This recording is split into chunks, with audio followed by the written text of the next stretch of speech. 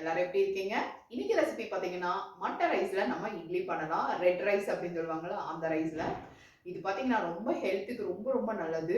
So இந்த ரைஸை வச்சு நம்ம நல்லா பஞ்சு போல ஒரு இட்லி எப்படி பண்றதுன்னு நம்ம பார்க்கலாம் வாங்க. இந்த இட்லி பார்த்தீங்கன்னா ரொம்ப சாஃப்டாகவும் ரொம்ப ஹெல்த்தியானதும் கூட. அதுக்காக பார்த்தீங்கன்னா நான் வந்து 1.5 கப் வந்து இட்லி ரைஸ் எடுத்துருக்குது. மட்டை ரைஸும் அதே மாதிரி 1.5 கப் எடுத்து இதை வந்து நல்லா கழுவிட்டு நைட்டே ஊற வச்சுக்கலாம்.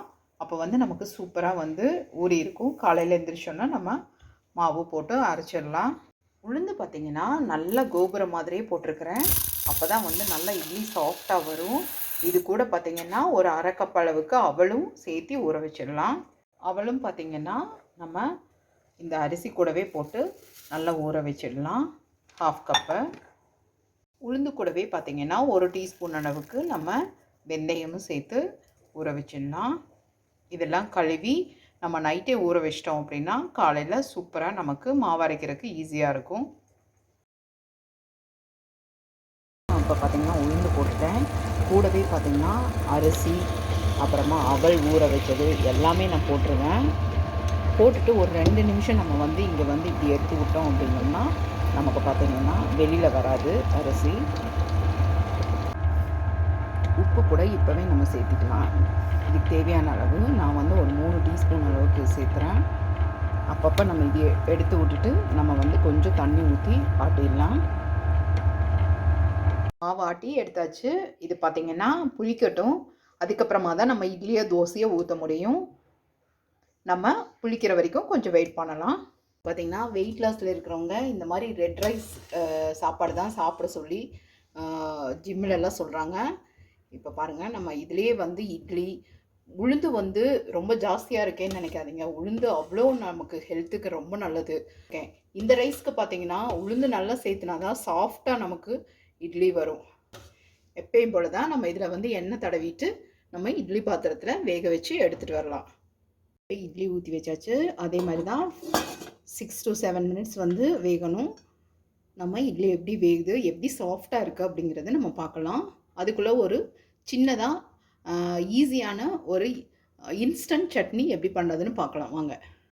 இந்த ஈஸியான பேச்சுலர் சட்னிக்கு என்னென்ன தேவைன்னு பார்க்கலாம். பார்த்திங்கன்னா இதுக்கு ஒரு 3 ஆனியன் எடுத்துக்கலாம். இது பார்த்திங்கன்னா 1 வாரம் ஆனாலும் கெட்டு போகாது. அதுக்கு பார்த்திங்கன்னா இந்தளவுக்கு ஒரு சின்ன நெல்லிக்காய் சைஸ் அளவுக்கு புளி எடுத்திருக்கேன்.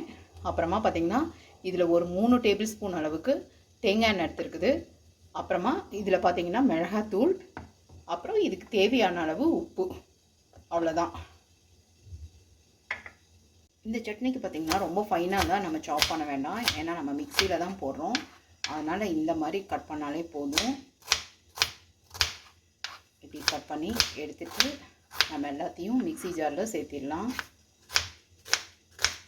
ரொம்ப டேஸ்டியாகவும் இருக்கும் இட்லி தோசைக்கு. இப்போ எல்லாத்தையும் நம்ம மிக்சி ஜாரில் சேர்த்திடலாம். இது கூட இந்த புளியும் சேர்த்திடலாம். இதுக்கு தேவையான அளவு ஒரு 1/2 டீஸ்பூன் அளவுக்கு உப்பு சேர்த்திருக்கேன். காரம் மட்டும் நம்ம பார்த்து சேர்த்திக்கலாம்.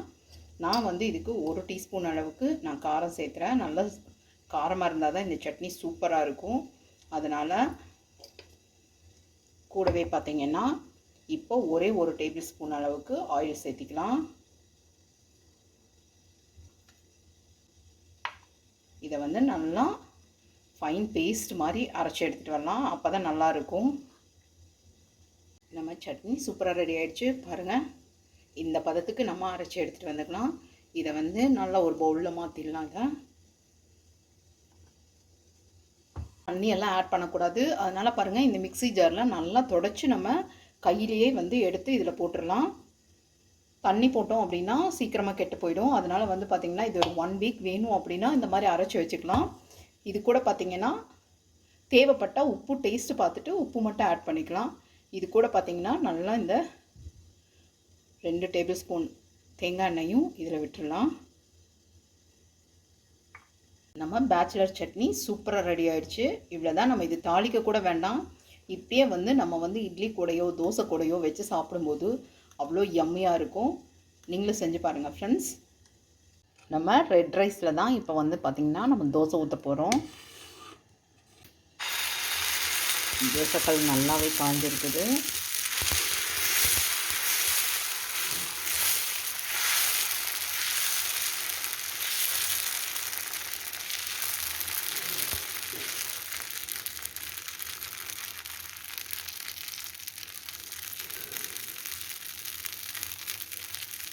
இதை நல்லா மூடி வச்சே நம்ம தோசை ஊற்றலாம்.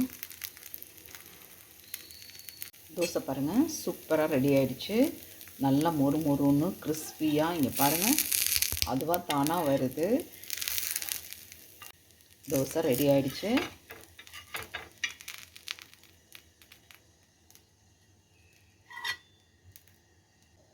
இது கூட பேச்சுலர் சட்னி, மிளகாய் சட்னி வச்சு சாப்பிடும்போது அவ்வளோ யம்மியாக இருக்கும்.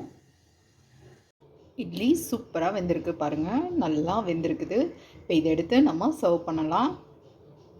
நம்ம பஞ்சு மாதிரி இட்லி சூப்பராக ரெடி ஆகிடுச்சு பாருங்கள், எவ்வளோ சூப்பராக இருக்குது அப்படின்ட்டு. இதுக்கு நல்ல ஒரு சாம்பாரோட நிறைய வெஜிடபிள்ஸோட நம்ம சாப்பிட்றப்ப அவ்வளோ டேஸ்டியாக இருக்கும். கூட ஒரு தேங்காய் சட்னி, இது கூட பார்த்திங்கன்னா இந்த பேச்சுலர் சட்னியும் வச்சுட்டு நம்ம சாப்பிட்றப்ப ரொம்ப சுவையாக இருக்கும். இந்த ரெசிபி பிடிச்சிருந்ததுன்னா லைக் பண்ணுங்கள், ஷேர் பண்ணுங்கள். கண்டிப்பாக நம்ம சேனலை சப்ஸ்கிரைப் பண்ணுங்கள் ஃப்ரெண்ட்ஸ். தேங்க்ஸ் ஃபார் வாட்சிங்.